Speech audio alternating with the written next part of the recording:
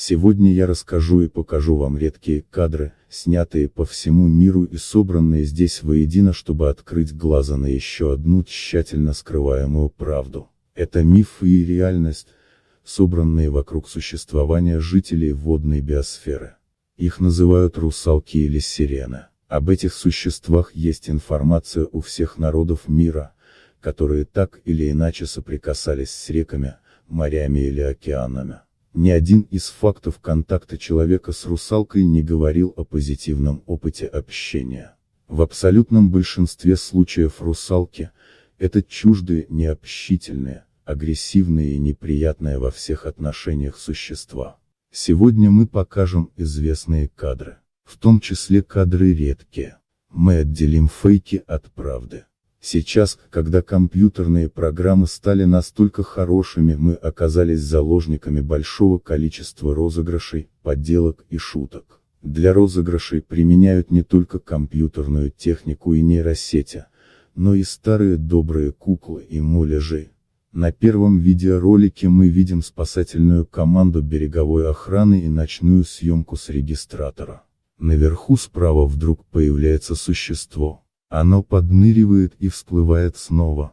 Мы заверяем, что это компьютерная подделка. Гораздо сложнее выявить подделки с использованием роботизированных кукол и специального грима. На этих видно, как нечто напоминающее русалку движется по реке. На самом деле, это девочка в костюме и моноласте. Хорошая попытка одурачить. Ролик с дайвером, якобы случайно снявшего проплывающую над ним русалку, является постановочной операторской работой. Это технические кадры съемок фильма про русалок. В кадре актриса в моноласте. На этих кадрах можно заметить существ, выпрыгивающих из волн. Это доработанный материал. В волнах прыгал косяк дельфинов, к длинным плавникам которых впоследствии были пририсованы на компьютере руки. На просторах интернета существует также большое количество фотографий и видео с участием скелетированных или мумифицированных муляжей. Такие куклы изготавливали для прямого розыгрыша для привлечения туристов. Все это сборная солянка из останков разных существ и фантазии художника. Здесь достаточно нашумевший ролик с двумя русалками.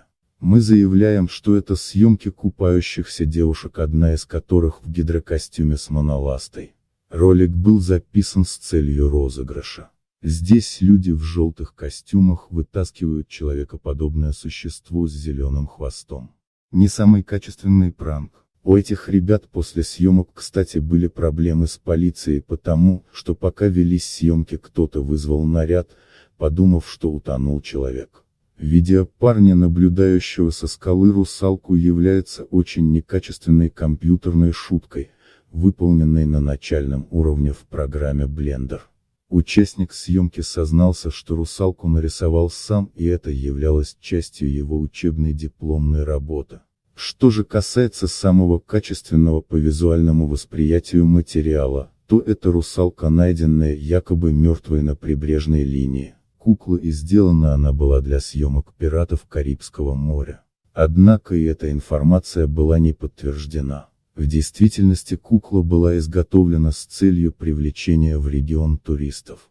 А теперь вы увидите 3 правдивых ролика. Мы проверили всю информацию, связанную с ними. Несмотря на то, что некоторые источники утверждают, что это фейки, мы утверждаем, что кадры подлинные.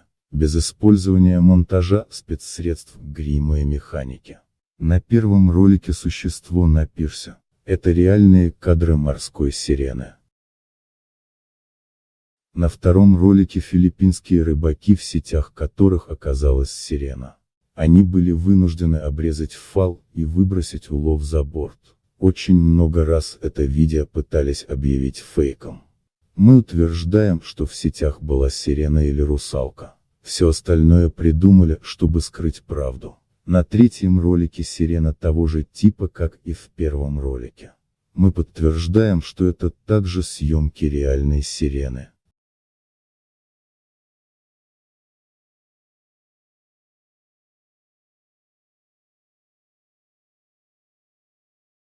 Все, что касается внешнего вида этого существа, то ближе всех вот эта фотография. Итак, возвращаясь к вопросу, существуют ли русалки, ответим да. Они существуют. Не в таком виде, как мы привыкли, но они есть и живут среди нас.